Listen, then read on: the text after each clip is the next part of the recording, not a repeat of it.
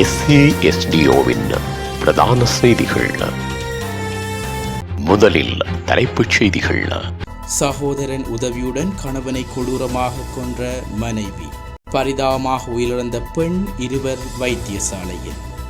யாழ் போதனா வைத்தியசாலையில் குழப்பத்தில் ஈடுபட்ட மூவர் கைது.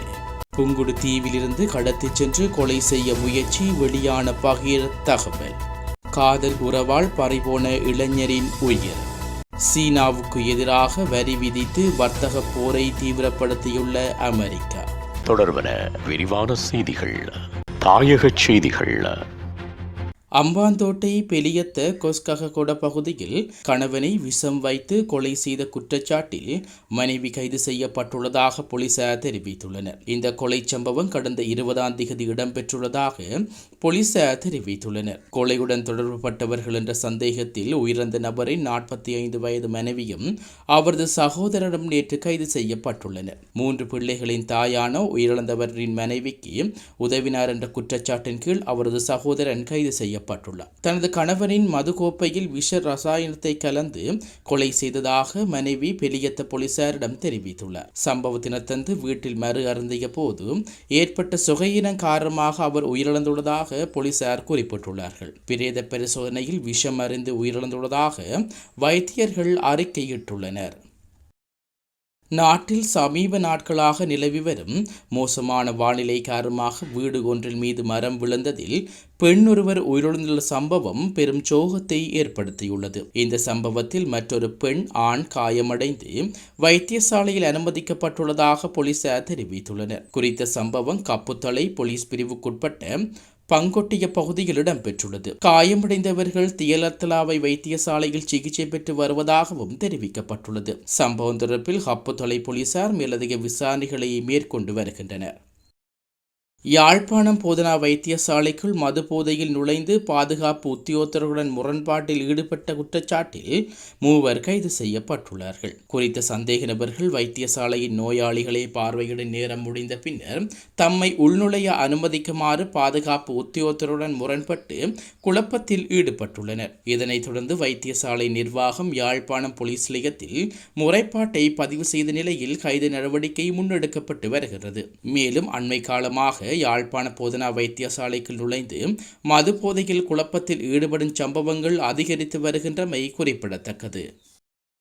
புங்குடுதீவு 9ஆம் வட்டாரத்தினைச் சேர்ந்த 30 வயது இளைஞரொருவரை புங்குடுதீவு 7ஆம் வட்டாரத்தினைச் சேர்ந்த கும்பலொன்று வாகனம் ஒன்றில் கடத்திச் சென்று மானிப்பாய் பிரதேசத்தில் வைத்து வெட்டி கொள்ள முற்பட்டதாக கூறப்படுகின்றமை அதிர்ச்சியை ஏற்படுத்தியுள்ளது. குறித்த இளைஞர் படுகாயங்களுடன் உயிர் தப்பியுள்ளதாகவும் இச்சம்பவம் தொடர்பில் 3 சந்தேக நபர்களையும் 56, 25, 19 என்கின்ற இலக்க தகடுடைய கயஸ் வாகனம் ஒன்றினையும் மானிப்பாய் மற்றும் ஊராகத்துறை போலீசார் தேடி வருவதாகவும் போலீஸ் வட்டாரங்கள் தெரிவிக்கின்றன. இந்த நபர்களுக்கிடையில் ஏற்கனவே பல தடவைகள் கோஷ்டி மோதல்கள் இடம்பெற்றுள்ளதாகவும் பல குற்றச்செயல்களில் ஈடுபட்டுள்ளதாகவும் காவல்துறை போலீஸ் பொலிப்பதிகாரி தெரிவித்துள்ளார். காதல் உறவால் ஏற்பட்ட தகராறு காரணமாக இளைஞரொருவர் கூறிய ஆயுதத்தால் தாக்கப்பட்டு கொலை செய்யப்பட்டுள்ளார். இச்சம்பவம் கொழும்பு கிராண்ட் பாஸ் காவல்துறை பிரிவில் பேஸ்லையின் வீதி பண்டார்நாயக்கா சுற்றுவட்டத்துக்கு அருகில் இடம்பெற்றுள்ளது. இந்நிலையில் உயிரிழந்தவர் பேலியகொட பகுதியைச் சேர்ந்த 22 வயதுடைய இளைஞர் என தெரிய வந்துள்ளது. உயிரிழந்தவர் வெசாக் வலயத்தை பார்ப்பதற்காக தனது நண்பர்கள் சிலருடன் ஒரு கொடாவத்தை நோக்கி பயணித்த வேளையில் சிலர் கூறிய ஆயுதத்தால் தாக்கியுள்ளார்கள் என தெரிவிக்கப்படுகிறது. கொலை சம்பவம் தொடர்பில் வெள்ளம்பிட்டிய பகுதியைச் சேர்ந்த 17 மற்றும் 18 வயதுடைய 3 சந்தேக நபர்கள் கைது செய்யப்பட்டுள்ளதாக காவல்துறையினர் குறிப்பிட்டுள்ளனர். உலகச் செய்திகள். அமெரிக்க அதிபர் ஜோ பைடன் சீனாவிலிருந்து இறக்குமதி செய்யப்படும் நூற்றுக்கணக்கான பொருட்களுக்கு மீண்டும் வரி விதிக்க உத்தரவிட்டுள்ளதாக தகவல்கள் வெளியாகியுள்ளன. குறித்த தகவலை அமெரிக்கா வர்த்தக பிரதிநிதி அலுவலகம் தெரிவித்துள்ளது. இதன்படி சீனாவிலிருந்து இறக்குமதி செய்யப்படும் வரிச்சலுகைக்குரிய 400 பொருட்களில் 250 பொருட்களுக்கு வரி விதிக்கப்பட்டுள்ளது. ஏற்கனவே சீனா அமெரிக்கா மத்தியிலான வர்த்தகத்தில் அதிகப்படியான பிரச்சினைகளுக்கும் கருத்து வேறுபாடுகளும் நிலவி வருகின்றன. இந்நிலையில் கடந்த ஒரு மாதத்தில் நிலையில் இரண்டு நாடுகளும் அடுத்தடுத்து வரி விதிப்பை விதித்து தமக்கிடையே வர்த்தக போரை தீவிரப்படுத்தியுள்ளன. அமெரிக்காவின் தேர்தலுக்கு முன்னர் தமது நிலைப்பாட்டை உலக நாடுகளும் தனது நட்பு நாடுகளுக்கு காட்டுவதற்காக அமெரிக்கா சீனாவின் மீது கடுமையான கட்டுப்பாடுகளை விதிக்கும் என எதிர்பார்க்கப்பட்டது. இந்நிலையிலேயே தற்போது அமெரிக்கா சீனாவுக்கு எதிராக வரி விதிப்பை நடைமுறைப்படுத்தியுள்ளது. இதனையடுத்து சீனாவின் நிலைப்பாடு என்ன என்பது குறித்து எதிர்பார்ப்பு அதிகரித்துள்ளமை குறிப்பிடத்தக்கது. மீண்டும் தலைப்புச் செய்திகள்.